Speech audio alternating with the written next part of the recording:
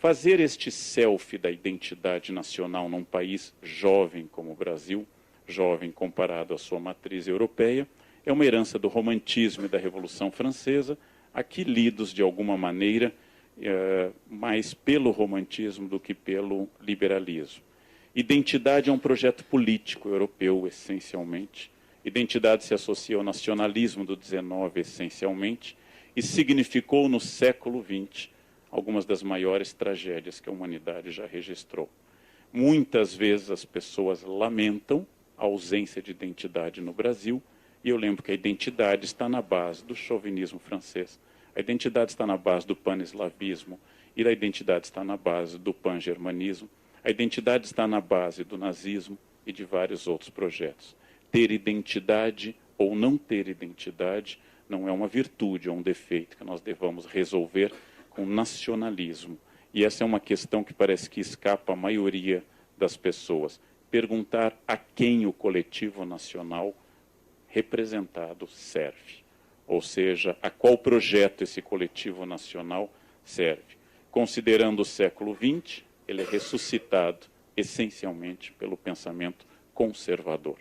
Ou seja, é a direita que ressuscita a ideia de nação. Pegando apenas já que um dos nossos pontos de reflexão é o desafio e o risco à democracia, de que pessoas vão às ruas para defender uma ilegalidade à volta da ditadura militar. Nossa Constituição define em 88, nas suas cláusulas pétreas, que o Brasil é um Estado de Direito e confere às Forças Armadas o papel de guardiães desse Estado de Direito sob o comando do Executivo. Logo, defender isso é defender a ilegalidade. Quem pede a volta da ditadura militar está ao lado de quem possa pedir a pedofilia. Está defendendo o crime.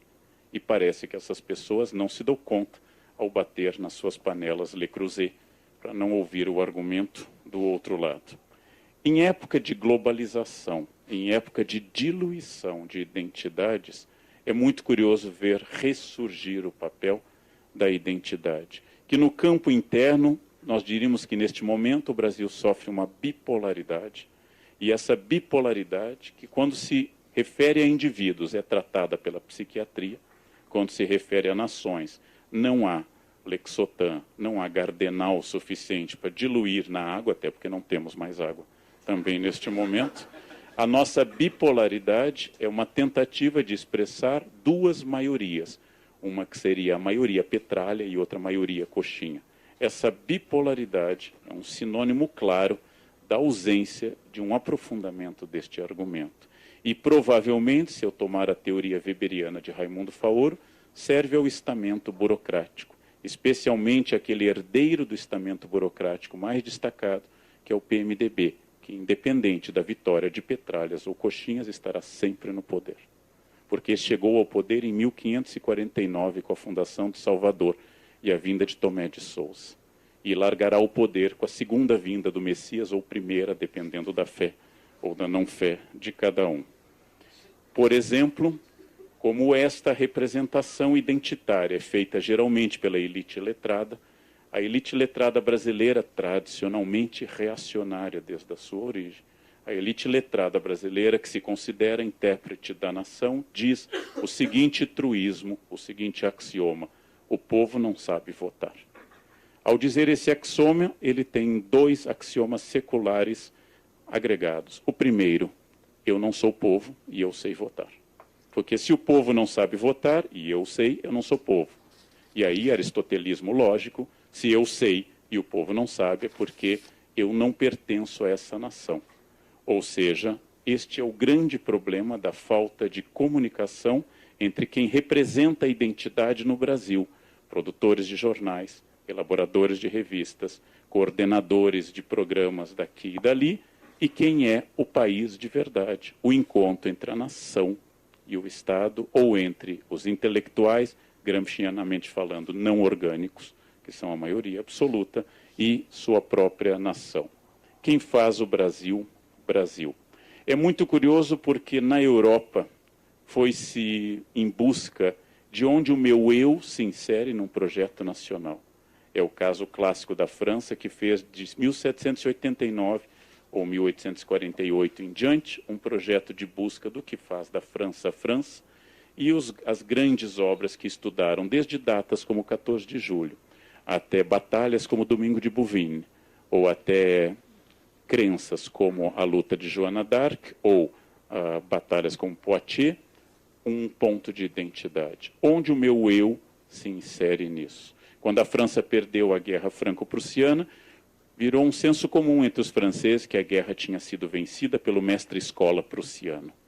Ou seja, era a educação alemã que tinha vencido a França.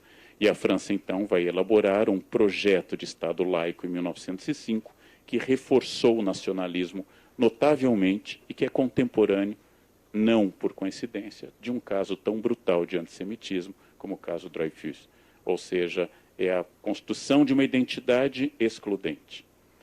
No ano de 732, apenas 100 anos após a morte do profeta, a França, entre aspas França, porque não era França, venceu a Batalha de Poitiers. Senão, todo o mundo franco teria virado islâmico, coisa que só vai acontecer agora. Ou seja, retardou em vários séculos este avanço. O grande problema dessa identidade construída na Europa, especialmente na França, não é à toa o sucesso do romance Submissão, neste momento. O grande drama da identidade francesa, projetada para a vitória do Islã em 2022 na França, pelo romance, é a questão de que o meu programa de identidade só existe à medida que o outro apresenta o seu programa de identidade. Este é um dos grandes problemas dessa identidade. Mas ela continua respondendo onde é que o meu eu se insere no todo e o que vem a ser este todo, na busca de dados que constituam este todo. No caso do Brasil, a identidade é quase pelo lado oposto, ainda que igualmente conservadora, onde o meu eu não quer se diluir no todo, onde o meu eu não se identifica com a raiz nacional. Afinal, nós continuamos apegados à construção de um imaginário, pessoas que migraram com famílias por pobreza absoluta no século XIX da Itália ou da Alemanha, continuam se dizendo, 150 anos depois, alemães ou italianos. Japoneses descendentes da migração de 1908 dizem, sou japonês. Quando legalmente, segundo o passaporte, não o são. Então, deste caso da recusa da diluição da identidade, cabe a pergunta de como o Brasil, que segundo a formulação bastante criticada do Schwartz de ideias fora do lugar, constrói um conceito de identidade exatamente no momento que uma parte da Europa está desconstruindo e outra parte está construindo a partir de um conceito de xenofobia. Como nós pretendemos a inserção no mercado globalizado ou a superação dos nossos problemas estruturais de desigualdade na questão do nosso analfabetismo renitente de 10% da população total e um número de analfabetos funcionais muito mais impressionante e ainda não avaliado, como nós resolvemos estes fatos no contexto da construção de uma identidade. Como nós podemos imaginar, neste caso, que essa identidade seja possível construir num mundo onde o nacionalismo é cada vez mais um obstáculo à integração cultural e um obstáculo à integração cada vez mais econômica também. Por fim, assim como a Alemanha importou turcos em grande quantidade, porque tinha necessidade da sua mão de obra, mas sempre se recusou a assimilá-los ao projeto nacional alemão, pela sua teoria de nacionalidade por direito de sangue e não de solo, o Brasil começou há alguns anos, por via legal e ilegal, a importação de uma grande quantidade de trabalhadores da Bolívia, que hoje dominam trabalhos de forma livre e semilivre, mas totalmente explorada, da crescente indústria de confecções de São Paulo, onde outros imigrantes coreanos funcionam em geral como empresários.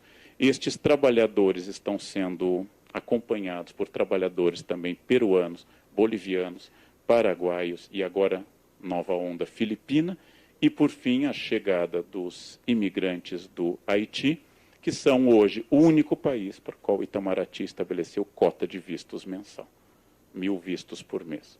Não fazemos cota de vistos para ninguém, mas fazemos para o Haiti, repetindo o erro da Segunda Guerra, quando nós barramos a imigração que teria salvo a vida de muitos judeus naquele momento. A história, aliás, ninguém aprende. A ideia de Cícero que a gente tem que estudar a história para não repeti-la é um absurdo, porque a gente repete piorado ainda. Estes imigrantes não recebem um apoio decidido estatal. O governador do Acre os remete para São Paulo. São Paulo, eles são recebidos muito mais pela igreja do que pelo Estado e são uma mão de obra que está sendo desejada em alguns lugares, como em Pato Branco, no Paraná, ou Bento Gonçalves, no Rio Grande do Sul, mas ocupam de novo essa ideia. Num país de 8,5 milhões de quilômetros quadrados, com pouco mais de 200 milhões de habitantes, nós continuamos achando que essa escassa população do Haiti é um desafio à empregabilidade ou um desafio à identidade nacional.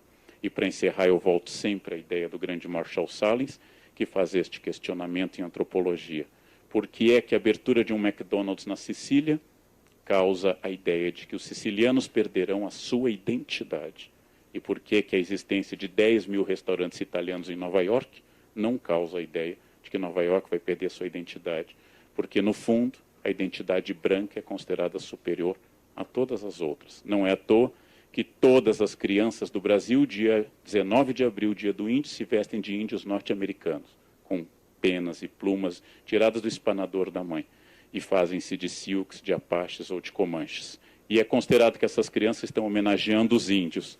Não obstante, quando as crianças indígenas vestem calça jeans, é considerado que elas estão perdendo a sua identidade. Qual é a base deste pensamento? Eu continuo achando que a cultura branca, ocidental, cristã na sua forma dominante, é a cultura tão dominante que nada pode arranhá-la. E multiculturalismo deixa de ser, então, um risco para essa cultura dominante. Estes são os desafios de todas as respostas dos selfies que nós conseguimos fazer. Muito obrigado.